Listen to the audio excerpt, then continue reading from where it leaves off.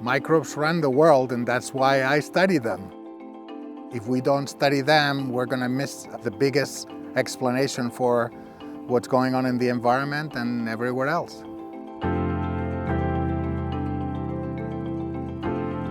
Microbes are living organisms, just like koala bears or beautiful sequoia trees. They're just so tiny that they cannot be seen with the naked eye, but they're there, and they run stuff. You can do applied research or you can do basic research driven by your own curiosity, but you always keep an eye open about what is it that your findings, your discoveries can be used for, that can better our society, that can better our environment. One of the key things in science is to be able to ask the right questions. And the questions that Ferran has been asking, I think are just absolutely brilliant.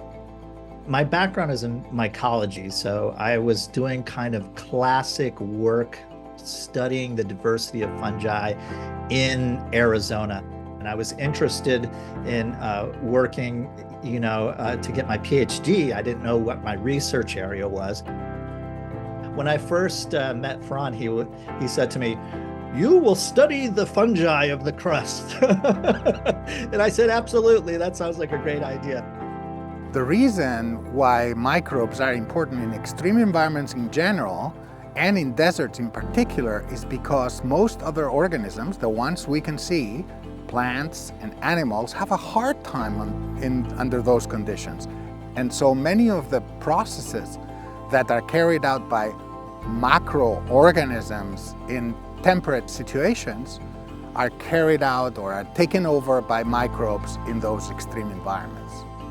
So he designed a system where he take advantage of these solar farms that provide shade and also provide increased availability of water, because there's shade but there's runoff.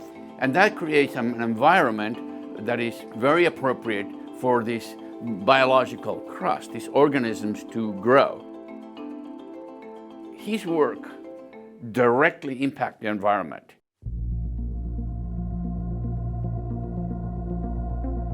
Solar farms, we thought, could be like ad hoc nurseries or nurseries that are already built, because they create a particular microenvironment under the solar panels that should promote the growth of bacteria. And I think a hallmark of Ferran's work is to really get at fundamental mechanisms, not just looking at correlation, but actual fundamental insights into nature that can be used to understand these complex communities of organisms that are really critical to ecology, climate change, stabilization of soils and deserts. Of course, I enjoy discovery, but those moments are few. If I would have to say what's a constant pleasure in my work is graduate education. I really love being able to participate in creating the new generation of scientists. I love the process that each student goes through, from being sort of shy, insecure with science, to being ready to change the world through their work. Getting this recognition and these awards, particularly from your own university, they really mean a lot to me. They keep you going. They make you say, well, maybe today wasn't a good day, but overall the average is not bad.